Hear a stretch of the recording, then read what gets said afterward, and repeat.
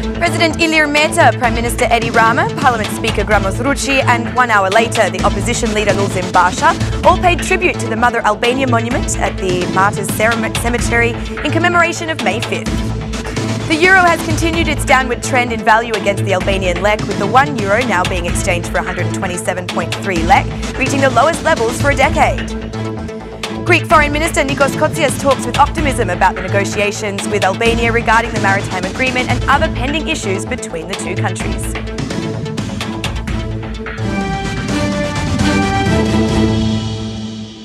Good evening, it's 6 o'clock on Saturday the 5th of May 2018. Welcome to the English edition of Aura News. My name is Alexandra and I'm here to bring you the day's top stories from across the country, translated into English. The Politics commemorated May 5th, the Martyrs' Day, paying homage at the Mother Albania monument. The head of state, Ilir Meta, the Speaker of the Parliament, Gramoz Rucci, and Prime Minister Edi Rama set wreaths in honour of the martyrs of the homeland. The Mayor of Tirana, Erion Veliaj, and the Defence Minister, Olta Gjachka, also attended the ceremony. Unlike the Prime Minister, President Meta gave a message to the media as he praised the sacrifice of the fallen in Albania. A moment of reflection for a prosperous Albania, said Ilir Meta.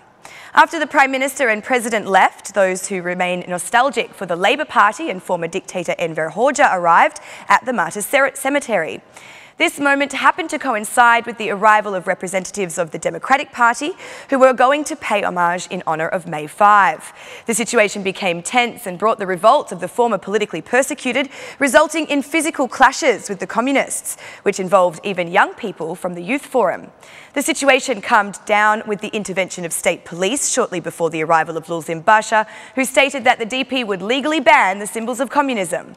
The dictator's symbols will be forbidden by law, boomed Lulzim Basha. Ambassadors accredited in Tirana, such as the US Ambassador Donald Lu, the French Ambassador and the Serbian Ambassador also attended the ceremony.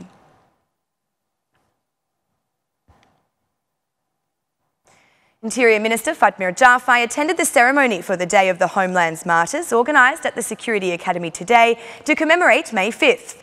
After honouring the 222 police officers whom have fallen in the line of duty, Jafai said that this year has marked the best policing results in the recent decades, adding that criminal groups have lost their sense of tranquility.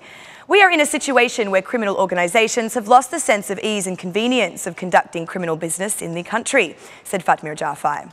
Jafai also commented on vetting among the police ranks, which he said is a mechanism to remove the minority of the police officers, especially those at the management level, who are related to crime, incompetent or corrupt. I want to reconfirm that this process does not at all aim to penalise police officers at any level. We intend that this process identifies and removes those within the police ranks, especially at managerial levels, who are directly or indirectly linked to or serving crime, are corrupt, or even the professionally disabled, explained Fatmir Jafai. Greek Foreign Minister Nikos Kotzias has indirectly praised the intense negotiations with Albania of recent months, which according to him seem to be coming along successfully. I am very happy that in early June we will have closed this great package of issues that we had with Albania, with some of them existing for 40, 60 or 70 years. They seemed insoluble, but our foreign ministers are up to the task of solving problems, said Nikos Kotzias. Speaking during the press conference, the Greek Foreign Minister said that with the exception of the maritime agreement, there are only a few technical terms left over before the finalisation of the package. We are in a process of solving our bilateral problems with Albania. Agreements have been reached. The issue of exclusive economic zones is still open, but I hope to close it by the end of June. That which is left to be done also includes some practical issues, such as the translation of certain documents, explained Nikos Kotzias. On Friday, Kotzias and Bushati met in Thessaloniki, where the third interministerial meeting between Greece, Albania, Bulgaria and Macedonia was held. Representatives of the Interior and Transport Ministries also attended the meeting.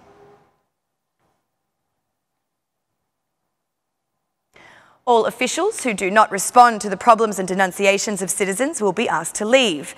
From Durrës, one of the stops on the accountability tour, the Minister of Infrastructure and Energy, Damian Jiknouri, warned the administration staff, asking for more engagement for their duties.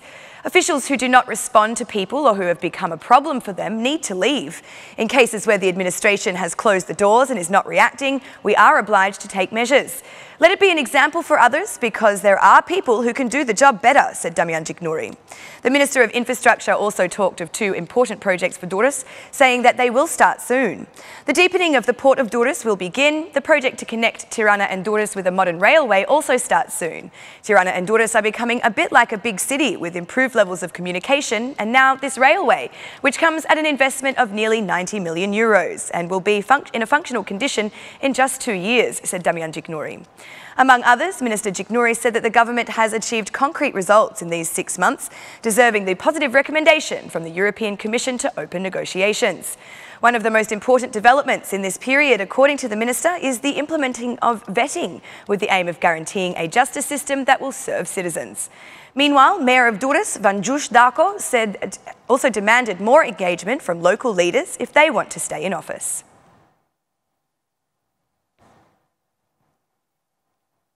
The European currency continues to weaken as it now approaches the lowest levels in a decade. Currently, €1 is being exchanged for 127.3 lek, depreciating by 2 points only in the first days of May. The downward trend of the euro has been noted over the past several months, and growth is not expected in the coming months, especially as the summer season is coming. This period of time sees a larger offering of euros in the domestic market, and as a result of remittances by emigrants, and also as a result of increased presence in foreign visitors. The Bank of Albania's initiative for de-Euroisation is thought to be one of the factors that has led to the weakening of the euro. However, the Bank of Albania has argued back that there are other factors in effect, such as foreign investments, remittances, and income from tourism. Due to the devaluation of the euro, many citizens have converted their earnings into other currencies, mainly in lek. Based on this trend, just 2 days ago, the governor called for more care to be taken in converting the euro, as many will suffer losses. The US dollar has also weakened significantly against the Albanian currency, with a dollar currently being exchanged for 106 lek.